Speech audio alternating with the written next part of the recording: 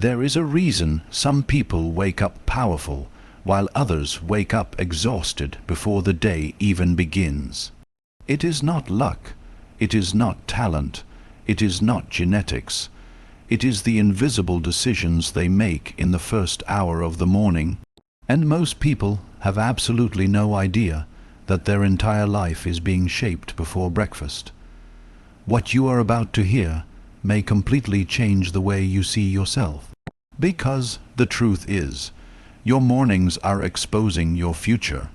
The habits you repeat after opening your eyes are silently building your confidence, your discipline, your emotional stability, and even the way people respond to your energy.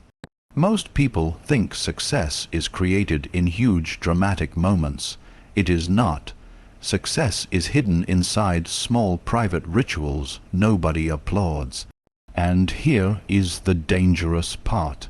If you start your morning unconsciously, reacting to notifications, drowning in distractions, feeding your mind negativity, you are teaching your brain to live in survival mode, day after day, year after year, until one morning you wake up and realize you have spent your entire life emotionally exhausted, mentally distracted, and disconnected from your own potential. But the people who master their mornings become different, calmer, sharper, harder to break. They do not allow the world to control their attention before they control themselves. And that changes everything. In this video, you are going to discover 10 powerful things you should do every morning that can completely transform the way you think, feel, act, and live. Some of these truths may challenge you. Some may expose habits you did not even realize were destroying your mind. But if you stay until the end, you will never look at your mornings the same way again, because the quality of your mornings eventually becomes the quality of your entire life. There is a moment every morning that most people completely underestimate. It happens quietly, no audience, no applause, no dramatic soundtrack, just you, your mind, and a decision. And yet, that small invisible moment determines more about your future than most of the major events you spend your life worrying about. The first hour of your day is not just a schedule, it is a psychological blueprint. It tells your nervous system what kind of life you believe you are living. Whether you realize it or not, the way you wake up becomes the way you move through the world. Most people wake up in reaction mode. Before their eyes are even fully open, they are already consuming noise, messages, notifications, news. Other people's expectations, other people's success, other people's anger, and what's dangerous is not the information itself. It is the emotional state it creates, because when your mind begins the day reacting, you spend the rest of the day trying to recover from an anxiety you never consciously chose. People think exhaustion comes from working too hard. Sometimes it comes from never truly owning your attention. Your brain was not designed to absorb the emotions of hundreds of people before sunrise, and yet that is exactly what millions do every morning.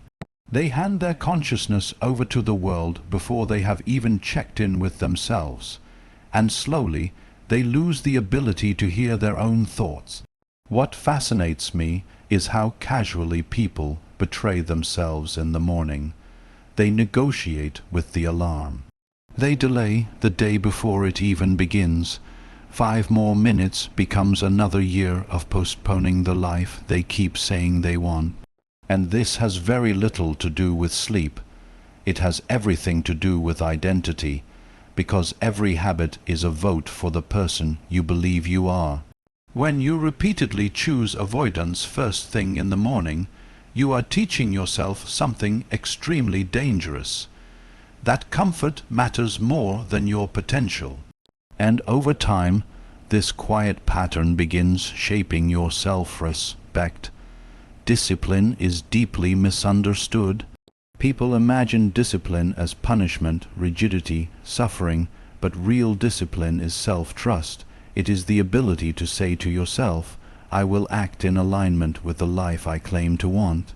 Even when you are tired, even when motivation disappears, even when no one is watching, the first hour of the morning is where that relationship with yourself becomes visible.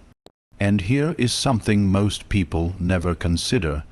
Your mind is highly impressionable when you first wake up. Emotionally, psychologically, neurologically, you are entering the day in an open state. Whatever you feed your mind in those early moments settles deeply into your nervous system. Fear settles deeply, comparison settles deeply, chaos settles deeply, but so does clarity, so does silence, so does intention. This is why powerful people protect their mornings aggressively. Not because they are obsessed with routines, but because they understand that attention is one of the most valuable forms of power a human being possesses. If you cannot direct your own attention, someone else always will. And the modern world profits from distracted people. A distracted person buys impulsively, reacts emotionally, doubts themselves constantly, and loses the capacity for deep thinking. But a person who learns to control the first hour of their day begins developing something rare in this generation: inner authority. You can feel it when you meet these people. They move differently. They are not rushing emotionally. They are not desperate for validation. There is a groundedness in them because they have learned how to belong to themselves before belonging to the world. That is what your morning should give you, not productivity alone. Presence. Maybe that means sitting quietly for 10 minutes without touching your phone. Maybe it means walking outside before the world becomes loud. Maybe it means writing down your thoughts before other voices enter your head. The ritual itself matters less than the message underneath it, and the message is simple: my mind belongs to me. Because once you reclaim your mornings, something extraordinary begins to happen.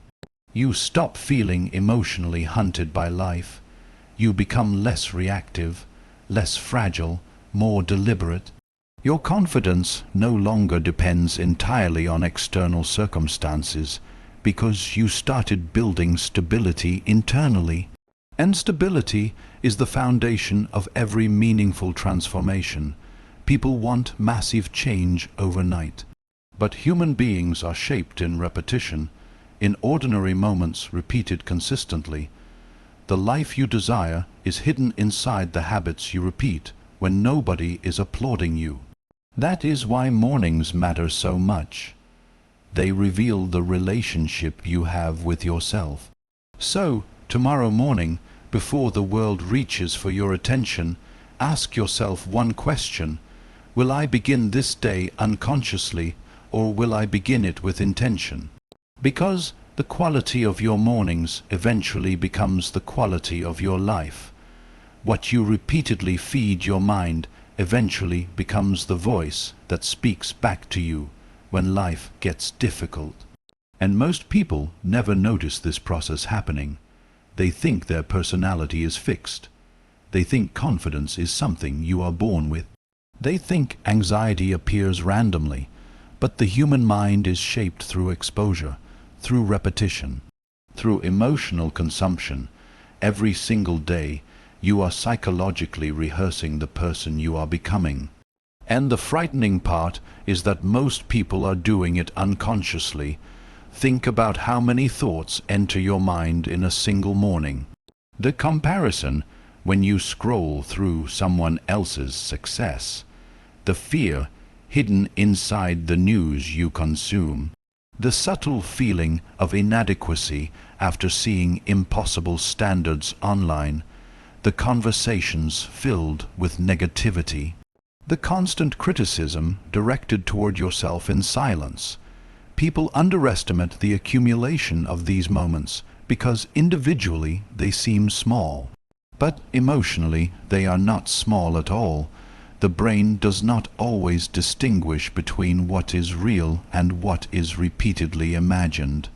What you expose yourself to consistently becomes emotionally familiar, and eventually familiarity starts feeling like truth. That is why someone can live inside negativity for years and begin believing hopelessness is simply their personality. The human mind is adaptive. It learns from repetition. If every day you tell yourself that you are behind in life, eventually your nervous system begins operating from shame. If every day you consume fear, your body begins expecting danger even in safe moments. If every day you criticize yourself internally, your confidence slowly collapses without anyone noticing from the outside. And what makes this even more dangerous is that people rarely question the voice inside their head. They assume because a thought feels familiar, it must also be accurate. But familiarity is not truth. Many people are living inside mental environments they would never tolerate physically. Imagine waking up every day in a room where someone constantly whispers, "You are failing, you are not enough, everybody else is ahead of you." Eventually, that environment would destroy your emotional stability, yet millions of people speak to themselves this way every single day. And then they wonder why they feel exhausted before the day even begins. Your inner dialogue is not background noise. It is instruction. Your brain is always listening to the language you use repeatedly. The mind absorbs identity through repetition. This is why two people can experience the same hardship and become completely different human beings afterward. One person interprets pain as proof they are broken. The other interprets pain as evidence they are growing. The event matters less than the meaning attached to it, and this is where real transformation begins. Not in motivation, not in external success, but in awareness, in learning to observe the emotional diet you consume daily. Because your mind consumes more than food. It consumes environments, conversations, music, media, energy, tone, language, relationships, and all of it leaves psychological fingerprints behind. There are people who spend years trying to improve their life while surrounding themselves with emotional poison. Constant negativity, constant distraction, constant comparison. And they do not realize that healing becomes almost impossible when your environment repeatedly reinforces the very pain you are trying to escape. Your nervous system cannot thrive in chaos. This is why protecting your mind is not selfish. It is necessary. There is a reason emotionally grounded people are careful about what they consume. They understand something profound. Attention is creative. Whatever consistently receives your attention begins shaping your emotional reality. If you focus constantly on rejection, you become fearful. If you focus constantly on lack, you become desperate. If you focus constantly on comparison, you become disconnected from your own life. But if you begin feeding your mind clarity, discipline, possibility, and depth, something remarkable happens. Your internal world starts changing before your external circumstances do, and that is the moment your life truly begins transforming. Because confidence is not built from praise alone. Confidence is built when your mind becomes a safe place to exist in. When your inner voice stops humiliating you every time you make a mistake. When you stop treating yourself like an enemy every time life becomes difficult. People talk about self-love in such superficial ways now, but real self-respect is much deeper than positive affirmations. It is the decision to stop psychologically abandoning yourself. It is choosing thoughts that strengthen rather than destroy you. It is choosing environments that elevate rather than diminish you. It is choosing truth instead of emotional addiction to negativity. And perhaps the hardest part is understanding that your mind will not automatically become healthy simply because you want it to. The brain follows patterns, which means if you want peace, confidence, discipline, or emotional strength, you must practice feeding your mind differently every single day, not occasionally, repeatedly, because repetition creates identity, and eventually the voice inside your head changes. It becomes calmer, clearer, stronger. You stop collapsing every time life challenges you because internally you are no longer at war with yourself. That is real power, so pay attention to what you feed your mind tomorrow morning. Because every thought you repeat, every emotion you rehearse, every piece of energy you consume is shaping the person you will become. And the quality of your life will always reflect the quality of what your mind has been taught to believe. Most people believe growth feels inspiring. They imagine transformation as this beautiful, cinematic experience where suddenly everything becomes clear, motivation appears, and life finally begins moving in the right direction. But real growth is far less glamorous than people expect. Most of the time, growth feels uncomfortable, lonely, repetitive, and deeply confronting. Because growth demands something the human ego naturally resists: change. And change threatens the identity you have spent years becoming attached to, even when that identity is hurting you. This is why so many people stay trapped inside lives they claim they want to escape, not because they lack intelligence, not because they lack dreams, but because familiarity feels safer than uncertainty. Human beings will often choose familiar pain over unfamiliar freedom. Think about how many people remain inside destructive routines simply because those routines are predictable. The exhausted person who keeps procrastinating, the unhappy person who keeps settling, the emotionally disconnected person who keeps avoiding vulnerability. They are not only attached to the behavior, they are attached to the emotional certainty of who they have become. And the moment growth asks them to change, discomfort appears immediately. Suddenly they feel resistance.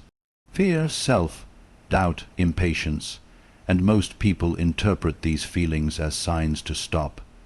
But discomfort is not always a warning sign. Sometimes discomfort is evidence that your old identity is losing control over you. That is why discipline matters so much.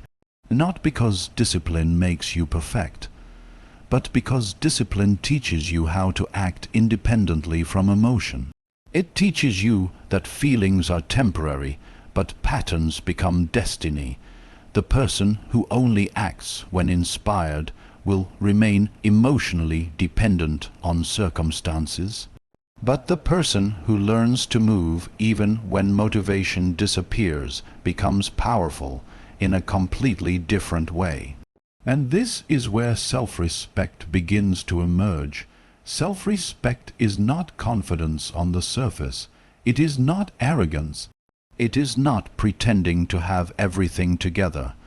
Self-respect is built privately, through the decisions you make when nobody is rewarding you.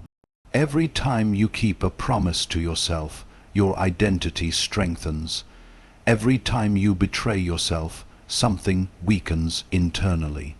People do not understand how deeply they damage their relationship with themselves through repeated self-abandonment.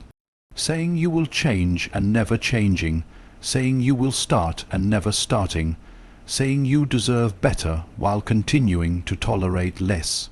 Eventually your mind stops trusting you, and once self-trust disappears, life becomes emotionally exhausting because internally you no longer feel stable. This is why small acts of discipline are life-changing: waking up when you said you would, finishing what you started, exercising even when you do not feel like it, speaking honestly instead of avoiding difficult conversations. These moments appear insignificant from the outside, but psychologically they are rebuilding your relationship with yourself. You begin proving to your mind that you are someone who can be relied upon, and that changes everything. Because the truth is, confidence is not built by thinking differently first. Confidence is built by behaving differently repeatedly.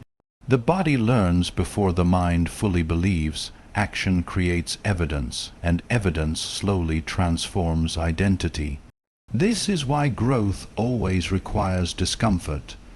You are asking your nervous system to accept a new reality. You are challenging emotional patterns that may have existed for years. Of course, it feels difficult. Of course, resistance appears. The brain is designed to preserve familiarity, not necessarily happiness. But there comes a moment in life where avoiding discomfort becomes more painful than confronting it. And that moment changes people. It changes the person who finally leaves the relationship that has been destroying their spirit. It changes the person who finally stops hiding behind excuses. It changes the person who realizes they have spent years waiting for confidence instead of creating it through action. Because courage is not a personality trait reserved for certain people. Courage is a decision practiced repeatedly. And often the most important forms of courage are invisible: the courage to be consistent, the courage to disappoint people, the courage to set boundaries, the courage to begin again after failure, the courage to face yourself honestly. Most people want transformation without tension, but nothing meaningful is built that way. Strength is developed through resistance. Emotional maturity is developed through reflection. Wisdom is developed through pain that was fully faced instead of avoided. And perhaps the greatest tragedy is how many people spend their lives trying to escape discomfort rather than understanding it. They distract themselves constantly. They numb themselves constantly. They avoid silence because silence reveals truth. But the discomfort you avoid today often becomes the suffering you carry tomorrow. Growth asks you to tolerate temporary discomfort in exchange for long-term freedom. And that exchange is difficult because the rewards are not immediate. You may not see dramatic change after one disciplined morning or one difficult decision.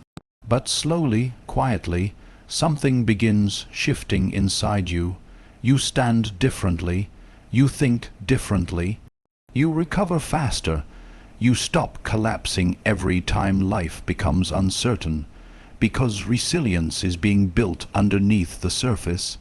And eventually, you realize something extraordinary. The habits that once felt painful now feel natural. The discipline that once felt restrictive now feels liberating.